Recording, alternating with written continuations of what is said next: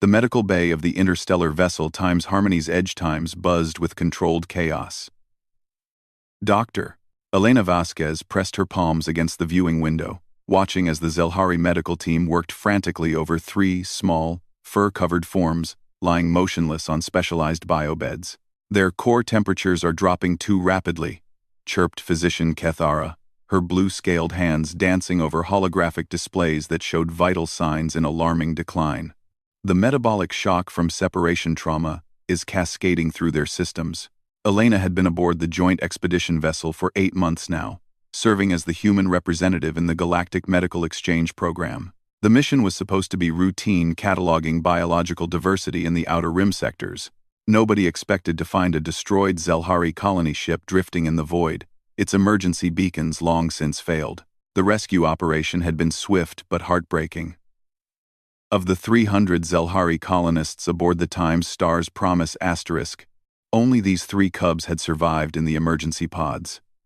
Their parents, their entire family groups, their whole community gone. The cubs, barely past infancy in Zelhari terms, were now orphaned in the cruelest possible way. Without assistance, the cubs won't survive more than a few weeks, Kethara explained, her normally melodious voice tight with professional frustration. Zelhari young require constant bio-emotional feedback from their family units. The neural pathways that regulate basic life, functions, breathing, circulation, cellular repair, they're all dependent on psychic bonds, formed in the first year of life. Captain Torres, a weathered woman with kind eyes, stood at Elena's shoulder. What exactly does that mean for these little ones? Kethara's head crest flattened against her skull, a gesture Elena had learned indicated deep sadness in her species. It means they're dying of loneliness. Their bodies are forgetting how to live without the constant presence of bonded family members. We can provide nutrients, regulate temperature, even simulate some of the bioelectrical patterns they need, but the core emotional neural connection. She spread her 4-fingered hands helplessly. There's no artificial substitute. Though, Elena stepped closer to the viewing window. The 3 cubs were so small, each no larger than a human infant, covered in soft, silvery fur that rippled with bioluminescent patterns when they breathed. Even through the transparent barrier, she could sense their distress, a deep, aching emptiness that seemed to pull at something fundamental in her chest. How long do they have? Elena asked quietly. With our current medical intervention, perhaps 10 days. Maybe 12 if we push their systems, but that would only prolong suffering. The bridge received another report, then long-range sensors had detected no other Zelhari vessels within a month's travel. The Cubs' original colony ship had been heading to a frontier world that wouldn't see another Zelhari expedition for at least 2 years. There was no family to reunite them with, no community to take them in. There has to be something, Captain Torres said firmly. Some way to help them. Kethara's bioluminescent patches flickered in what Elena recognized as the Zelhari equivalent of a sigh. The neural bonding process is highly specific. It requires not just emotional connection, but compatible bioelectrical patterns, similar neural architecture, and most critically, genuine empathic resonance. Even among Zelhari adults, emergency adoptions of orphaned cubs fail more often than they succeed. Elena watched the smallest cub, whose fur patterns pulsed in irregular, weakening rhythms. Something deep in her mind began to turn over possibilities. What about humans? Both Kethara and Captain Torres turned to stare at her. I mean, hypothetically, Elena continued, her medical training taking over. Human emotional responses are complex. Our mirror neuron systems are highly developed. We form strong parental bonds even with adopted children, even across species sometimes. What if the neural bonding doesn't require identical species architecture? What if it just needs sufficient empathic compatibility? Kethara's head crest rose slightly, indicating surprise. The physiological differences would be substantial. Human bioelectrical patterns operate on different frequencies. Your neural chemistry uses different base compounds. The risk of rejection would be enormous, and if it failed during the bonding attempt, it could kill them immediately, rather than allowing them the days they have left. But if it worked? Elena pressed. If it worked. Kethara paused, running calculations on her medical scanner. If a human could successfully establish even a partial bond, it might stabilize their core systems long enough for us to reach a Zelhari medical facility. There are advanced treatments available in the core worlds, but the cubs must be stable enough to survive the journey. Elena stepped forward, her decision crystallizing with the clarity that came in crucial medical moments. "I volunteer." "Dr. Vasquez," Captain Torres began. "You don't understand the risks. I understand them perfectly." Elena interrupted gently. "I also understand that right now, these cubs are dying, and we're their only chance. I've spent my career learning to connect with patients across cultural and linguistic barriers. Maybe those same skills can bridge a biological one." Kethara's monitoring devices chimed urgently. On the biobeds, the cubs' life signs were weakening further. Time was running out, and conventional medicine had reached its limits. In the growing silence of the medical bay, Elena's offer hung in the air like a lifeline thrown into dark water. The preparation chamber hummed with nervous energy as Kethara calibrated the bioresonance equipment. Elena lay on the adjacent medical bed, sensors attached to various points across her head and chest, monitoring her neural activity and bioelectrical patterns in real time. "I must stress again," Kethara said, adjusting a crystalline device that would attempt to harmonize the frequency differences between human and Zelhari neural patterns. "This procedure has never been attempted between our species. The theoretical framework exists, but the practical risks are severe." Elena closed her eyes, focusing on her breathing. Around her, she could hear the soft chittering of other crew members, Zelhari medical assistants preparing emergency protocols in case something went catastrophically wrong. Through the thin walls, she could hear the faint sounds of the cubs' labored breathing. "Walk me through it one more time," she said. Kethara's head crest bobbed in acknowledgement. "The bonding process involves direct neural contact through bioelectrical field synchronization. I'll be using harmonic resonators to bridge the frequency gap between your neural patterns and theirs. The initial contact will feel like..." She paused, searching for words. "Like suddenly hearing thoughts that aren't your own, feeling emotions that arise from outside yourself. And if my system rejects the connection, immediate disconnection. Possible neural feedback that could cause unconsciousness. Unpleasant, but not permanently dangerous to you." Kethara's tone grew somber. "If their systems reject you, however, the shock could stop their hearts instantly." Captain Torres leaned against the wall, her expression tight with concern. "Doctor, you don't have to do this. We can continue conventional treatment. Make them as comfortable as possible." "Ma'am," Elena interrupted gently, "I became a doctor to save lives. If there's even a chance this works, I have to try." The bioresonance equipment chimed softly, indicating optimal calibration. Kethara moved to the control station, her 4 hands dancing across holographic interfaces. "The cub's neural activity is becoming increasingly erratic. We need to begin now, or we'll lose the window entirely." Elena nodded, settling back on the medical bed as the harmonic resonators activated around her. A strange tingling sensation spread across her scalp and down her spine. Not unpleasant, but definitely alien. Through the viewing window, she could see the 3 cubs being moved closer, their biobeds repositioning to bring them within range of the resonance field. "Beginning synchronization," Kethara announced.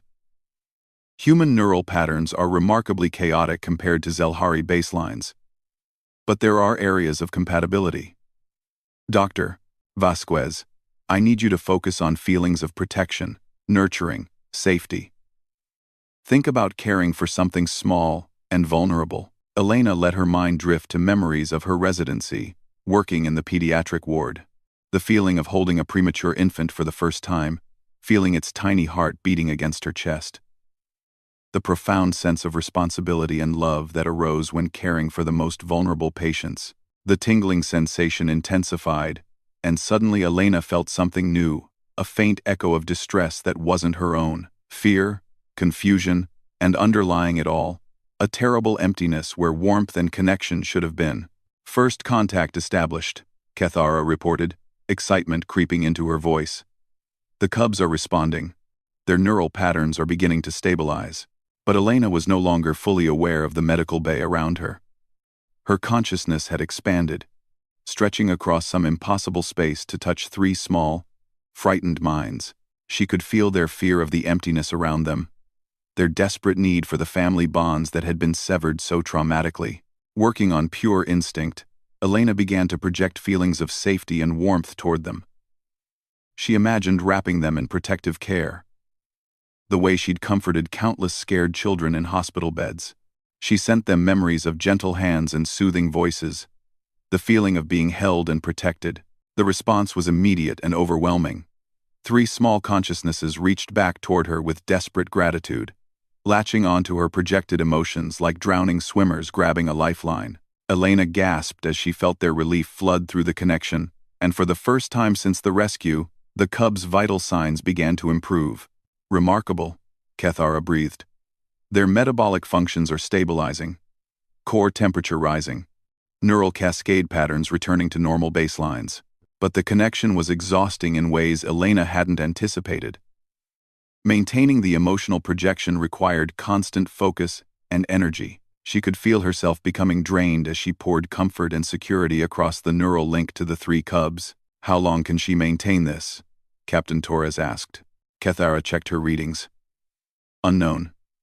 Human neural endurance under these conditions has never been tested. But the cubs need several hours of stable bonding to reset their core survival systems. If Dr. Vasquez can maintain contact for at least 6 hours, their bodies should remember how to regulate basic functions independently. Elena gritted her teeth, doubling down on her focus. She could feel the cubs' personalities beginning to emerge through the connection. The smallest was curious and brave, constantly testing the boundaries of the safety she provided. The middle one was gentle and sensitive, responding to her projected emotions with subtle gratitude. The largest was protective even in his vulnerable state, trying to comfort his siblings through the shared bond. As the hours passed, Elena began to understand something profound about Zelhari neural bonding. It wasn't just about providing emotional stability, it was about teaching young minds how to exist as individuals while remaining connected to a larger whole. The cubs weren't just learning to survive. They were learning what it meant to belong.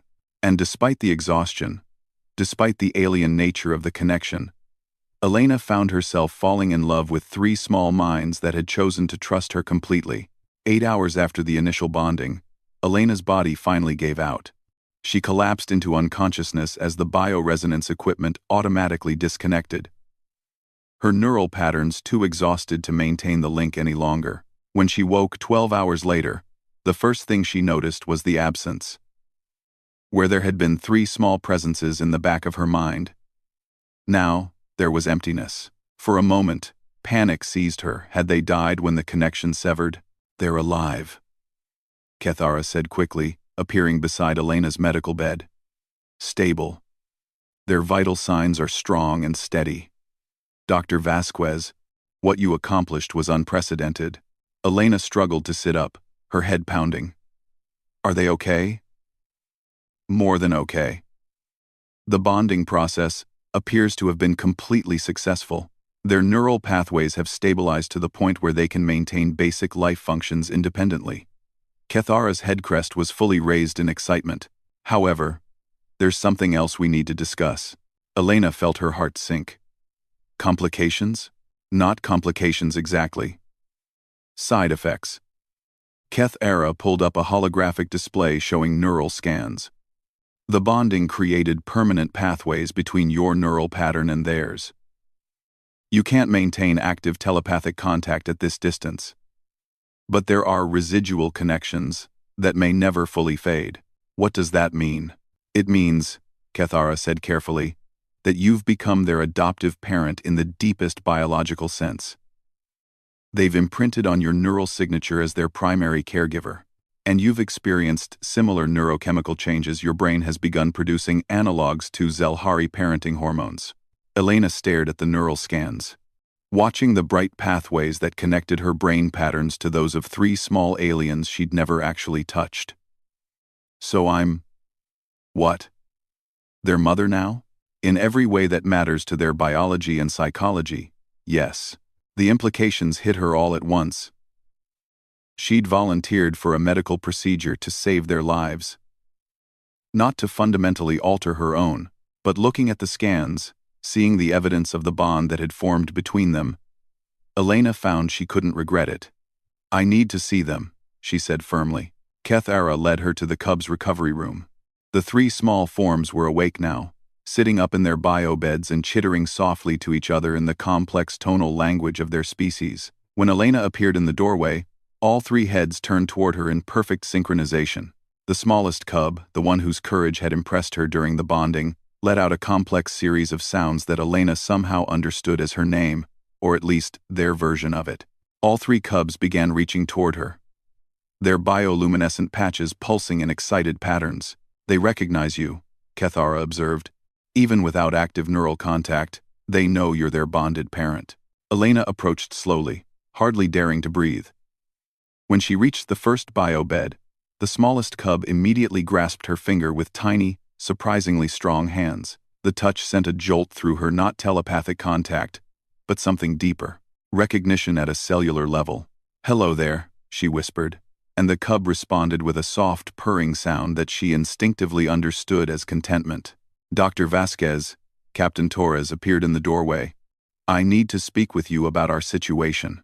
Elena looked up from the cubs, who were now all trying to get her attention simultaneously.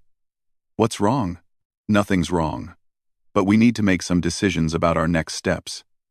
We're currently 3 weeks out from the nearest Zelhari settlement. The cubs are stable enough to travel, but Kethara says they'll need consistent contact with you during the journey to maintain their psychological well-being. Elena felt the weight of responsibility settling on her shoulders. "You're asking if I'm willing to see this through. I'm asking if you're prepared to potentially change your life permanently," Captain Torres said gently.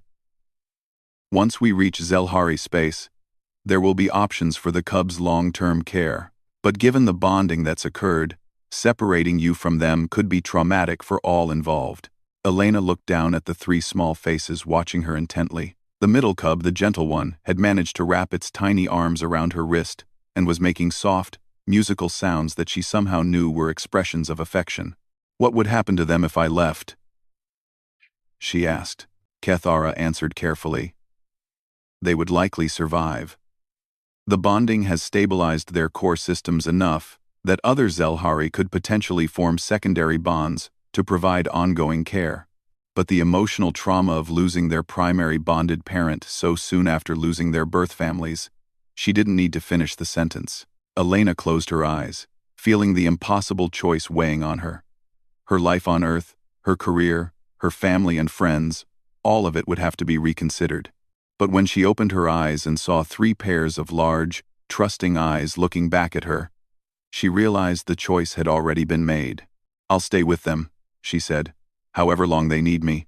The largest cub, who had been quietly observing the conversation, suddenly spoke in halting but recognizable standard Galactic. "Thank you, Mother." Elena's breath caught. Did he just?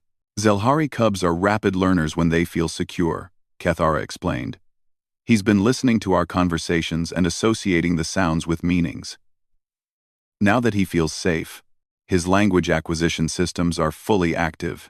Elena reached out to gently stroke the largest cub's head, marveling at the softness of his fur. "You're welcome, little one." As the 3 cubs settled contentedly around her, Elena began to understand that her volunteer mission to save their lives had become something much larger. She was no longer just a human doctor who had performed an emergency medical procedure. She was family. 3 days into their journey to Zelhari space, Elena had established a routine with her unexpected children. The cubs who had begun responding to the names she'd given them, Kira, Jax, and Tam, spent their days in the modified quarters. Captain Torres had arranged for their growing family. The smallest, Kira, had proven to be exactly as curious and brave as Elena had sensed during the bonding. She was constantly exploring every corner of their living space, chattering excitedly when she discovered something new. Her bioluminescent patterns had grown brighter and more complex, displaying emotions and thoughts in beautiful cascades of color across her silver fur. Jax, the middle cub, was indeed the gentle soul Elena had perceived. He spent much of his time nestled close to her, seeming to draw comfort from physical contact. His language skills were developing rapidly, and he'd begun asking questions about everything around them, in a mixture of Zelhari and standard Galactic. Tam, the largest and most protective, had appointed himself the guardian of his siblings. Elena often found him positioned between Kira and the door, watching alertly for any potential threats. His early language breakthrough had been followed by rapid cognitive development, and he was already demonstrating problem-solving skills that impressed even Kethara. But it was during their 4th day that Elena discovered something that would change everything. She was sitting cross-legged on the floor of their quarters, helping Jax practice manipulating small objects to strengthen his fine motor control, when Kira suddenly stopped her exploration and stood perfectly still. Her bioluminescent patterns began pulsing in a rhythm Elena had never seen before. "Danger," Tam said clearly, his head turning toward the wall that bordered the ship's outer hull. Elena felt her heart rate spike. What kind of danger? Before anyone could answer, the ship's alarm system activated, bathing their quarters in red light. Captain Torres's voice came through the comm system. "All hands to emergency stations. Unknown vessels approaching on intercept course." Elena scooped up Jax while Kira and Tam pressed close to her sides. "Kethara," she called into her comm. "What's happening?" "Unknown," came the reply. "But Dr. Vasquez, you and the Cubs should remain in your quarters. We're detecting some unusual energy signatures that..." The transmission cut off abruptly. Elena moved to the small viewport in their quarters and peered out into space. What she saw made her blood run cold. 3 ships, unlike anything in the galactic databases, were approaching Time's Harmony's edge times, sleek, predatory vessels that seemed to absorb light rather than reflect it. "Pirates," Tam said quietly, his young voice carrying certainty that chilled Elena. "Hunters of Cubs." Elena's medical training kicked in, overriding her shock. "How do you know that?" "Dream memories," Jax whispered, pressing closer to her. "From before the sleep." "From..." Elena realized with growing horror what the Cubs were telling her. They had memories from before the destruction of their colony ship, memories that might include knowledge of who had attacked their families. Kira began making distressed sounds, her bioluminescent patterns flashing in chaotic, frightened sequences. Elena knelt and gathered all 3 Cubs into her arms, feeling their terror through the residual neural connections. "It's okay," she murmured, though she wasn't sure it was true. "I won't let anything happen to you." The ship shuddered as unknown weapons impacted their shields.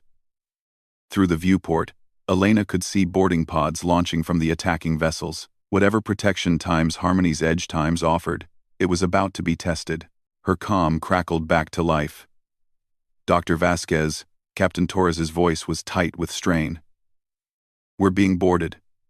Take the Cubs to emergency shelter. Gamma 7. Lock down, and don't open for anyone, except..." The transmission cut off again, this time permanently. Elena looked down at her 3 children, seeing their complete trust in her despite their obvious terror. These beings had already lost everything once. She would not let it happen again. "Listen to me," she said firmly. "We're going to play a hiding game, just like Kira likes. But this time, we have to be very quiet and very still until the game is over." Elena quickly gathered their emergency supplies and headed for the shelter Captain Torres had mentioned. But as they moved through the ship's corridors, they could hear the sounds of fighting growing closer. Whatever was happening, the boarding parties were making rapid progress through Time's Harmony's edge asterisk. They reached emergency shelter Gamma 7, a reinforced compartment designed to protect civilians during combat situations. Elena sealed the door and activated the dampening fields that would hide their life signs from most sensors. In the darkness of the shelter, she held the Cubs close and tried to project calm through their lingering neural connections. But her mind was racing, trying to process what Tam had said about hunters of Cubs. "Tam," she whispered, "what are hunters of Cubs?" The largest Cub was quiet for a long moment before answering. "Bad people who take Cubs away from families. Sell them to places where Cubs work or fight for others' entertainment." Elena's blood turned to ice. Child traffickers, slavers who specialized in young Zelhari because of their unique neural bonding capabilities. The colony ship hadn't been destroyed by accident or pirates seeking cargo, it had been a targeted attack, and now the same hunters had found the survivors. Outside the shelter, she could hear footsteps in the corridors. Multiple sets, moving with military precision. They were searching systematically, room by room. Elena realized with crystalline clarity that the emergency shelter wouldn't hold them for long. These weren't random pirates, they were professionals who had tracked the cubs across space, and they would have equipment designed specifically for finding hidden Zelhari children. She had minutes, maybe less, before they were discovered. Looking down at Kira, Jax, and Tam, Elena made a decision that would define the rest of her life. She wouldn't just hide and hope for rescue. She was their mother now, in every way that mattered, and mothers protected their children, even if it meant fighting monsters in the dark. Elena's hands moved quickly through the emergency shelter's supply compartments. Her medical training had taught her to work efficiently under pressure. But this was different. This was about protecting her family from immediate danger. The cubs clustered around her as she inventoried their limited options. Basic emergency rations. A small medical kit. Some tools for emergency repairs. Nothing that looked remotely like a weapon. "Mother," Tam whispered urgently. "They have machines that smell fear. Cubs who hide are found quickly." Elena paused in her search. "What do you mean?" "Dream memory," Jax added softly. "During the attack on our birth ship, the bad people used fear scent to track families in hiding places." Elena's mind raced. If the traffickers had bioscanners that could detect stress hormones or pheromones, then hiding was ultimately futile. They needed a different strategy. She knelt down to the cub's eye level. "I need you to tell me everything you remember about these hunters. Everything your dream memories show you." Kira, who had been uncharacteristically quiet, spoke up in halting standard galactic. "They take cubs who cry. Leave cubs who fight. They're afraid of cubs who bite," Tam added, "but more afraid of adults who protect cubs." Elena felt pieces clicking together in her mind. The traffickers weren't just after any Zelhari children, they wanted compliant, traumatized cubs who could be easily controlled. Children who fought back were more trouble than they were worth. She moved to the shelter's medical kit and began pulling out supplies. "I'm going to need you three to trust me completely. Can you do that?" All three cubs nodded solemnly. Elena quickly prepared several hypodermic injectors with stimulants from the medical kit. Mild doses that would heighten alertness without causing harm. "These will help you stay brave and quick if we need to run. But more importantly, they'll change your scent chemistry." She administered the injections to each cub, then prepared one for herself. If bioscanners were looking for fear pheromones, they were about to be very disappointed. The footsteps in the corridor were getting closer, accompanied by the soft whirring of scanning equipment. Elena could hear muffled voices speaking in a language she didn't recognize. "Remember," she whispered to the cubs, "if they find us, we don't act scared, we act dangerous." Elena positioned herself between the cubs and the shelter door, medical tools held like weapons in her hands. She wasn't a soldier, but she was a human who had bonded with these children. And something primal in her DNA was awakening. The scanning sounds stopped directly outside their shelter. There was a long moment of silence, then a series of sharp impacts against the door.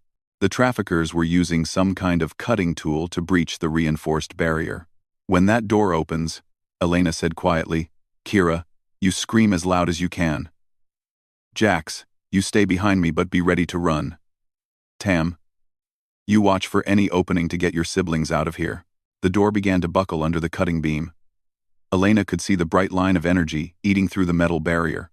"They're just children," she murmured to herself, feeling fury building in her chest. "They've already lost everything once." The cutting tool broke through, and the door fell inward with a crash. Three figures in dark armor stepped into the shelter, weapons raised. Their faces were hidden behind masks, but Elena could see the specialized scanning equipment built into their suits. The lead figure said something in that unknown language, and Elena realized they were surprised to find an adult human with the cubs. "You want them?" Elena said clearly, stepping forward with medical scalpels in both hands. "You'll have to go through me." The reaction from the cubs was immediate and perfect. Kira let out a piercing shriek that echoed off the shelter walls, not a cry of fear, but a battle cry that seemed to come from some deep genetic memory of her species. Jax, despite his gentle nature, bared his small teeth and made aggressive chittering sounds. Tam positioned himself protectively over his siblings and began making the low, threatening rumbles that adult Zelhari used to warn off predators. The traffickers hesitated, clearly confused by the behavior they were seeing. Their bioscanners were probably showing elevated aggression markers instead of the fear signatures they expected. Elena took advantage of their uncertainty to press her attack. She lunged forward with the scalpels, aiming for the gaps in the lead figure's armor. Her medical training served her well. She knew exactly where to strike to cause maximum damage to humanoid anatomy. The trafficker staggered backward, dark fluid leaking from the wound in his suit. He raised his weapon, but Elena was already moving, using her knowledge of human anatomy and physiology to her advantage. Humans were persistence hunters, evolved to keep fighting even when injured. These slavers had probably never encountered a human parent protecting her young. The cubs joined the fight with surprising effectiveness. Kira leaped onto one trafficker's back, her small claws finding gaps in his armor. Jax and Tam worked together to tangle another's legs, sending him crashing to the floor. But the fight was turning against them. More traffickers were entering the shelter, and Elena was beginning to tire. Just as she was wondering if their resistance would be enough, she heard the most beautiful sound in the galaxy. Captain Torres's voice, shouting orders in the corridor outside. "Drop your weapons. You're surrounded." The cavalry had arrived, and the remaining traffickers suddenly found themselves caught between an enraged human mother and a squad of very angry galactic security personnel. In the aftermath, as the traffickers were led away in restraints, Elena sat on the floor of the damaged shelter with 3 cubs pressed against her sides. They were all shaking slightly from adrenaline, but they were alive and together. "Well," Captain Torres said, surveying the scene, "I think we can safely say these cubs have learned to defend themselves." Elena looked down at Kira, Jax, and Tam, seeing new confidence in their eyes. They had faced their greatest fear and discovered they were stronger than they knew. More importantly, they had learned that family meant protecting each other, no matter what the cost. 6 months later, Elena stood in the gardens of New Zelhari, watching Kira chase luminescent butterflies between flowering crystal trees, while Jax sat nearby, sketching their movements in his art pad. Tam had appointed himself the guardian of their picnic supplies and was seriously explaining to a group of local Zelhari cubs why proper food storage was essential for family safety. The Zelhari homeworld was beautiful beyond description, with cities that grew rather than being built, architecture that lived and breathed with the rhythms of the planet. Elena had been welcomed not just as a guest, but as something unprecedented, a human who had become Zelhari family. Dr. Elena, called Kethara, approaching across the garden with her characteristic graceful gait. "The council session has concluded. They've made their decision." Elena felt her stomach clench with nervous anticipation. For the past 3 months, the Zelhari Adoption Council had been debating her case. Cross-species adoption was not illegal, but it was extraordinarily rare. The fact that she'd successfully bonded with orphaned cubs had created a legal and cultural precedent that the council had to address carefully. "And," Elena asked, though she could already guess from Kethara's pleased expression, "full recognition of parental status, with all rights and responsibilities that entails. You are now officially the legal parent of Kira, Jax, and Tam, under both Zelhari and galactic law. Congratulations, Elena. You've made history." Elena felt tears welling up in her eyes. She'd known intellectually that the decision was likely to be positive, but hearing it made official brought a wave of relief and joy she hadn't expected. "There's more," Kethara continued. "The council was so impressed by your bonding success that they're offering you a position as the director of the new cross-species family services program. It would involve developing protocols for emergency adoption situations, training for multi-species households, and research into the neural bonding capabilities of different species." Elena looked across the garden where her children were playing. Kira had convinced several local cubs to join her butterfly chase, turning it into an elaborate game with rules that seemed to change every few minutes. Jax was now surrounded by admirers of his artwork, his natural gentleness making him popular among the younger cubs. Tam was deep in conversation with an adult Zelhari who appeared to be taking notes on his security recommendations. I accept, Elena said without hesitation. But I have some conditions. Keth Ara's head crest rose in curiosity, such as, the program needs to include trauma counseling for children who've lost their birth families. It needs to prepare adoptive parents for the reality that they're not just gaining children, they're taking responsibility for healing damaged young minds. And it needs to recognize that love doesn't require biological compatibility. All reasonable requirements, Kethara agreed. Though I suspect your personal experience will be invaluable in developing those protocols. Elena nodded, thinking about the long nights she'd spent helping the cubs work through nightmares about the attack on their birth ship. The patience required to teach them that not all strangers were dangerous. The delicate work of helping them remember their original families without being trapped by grief.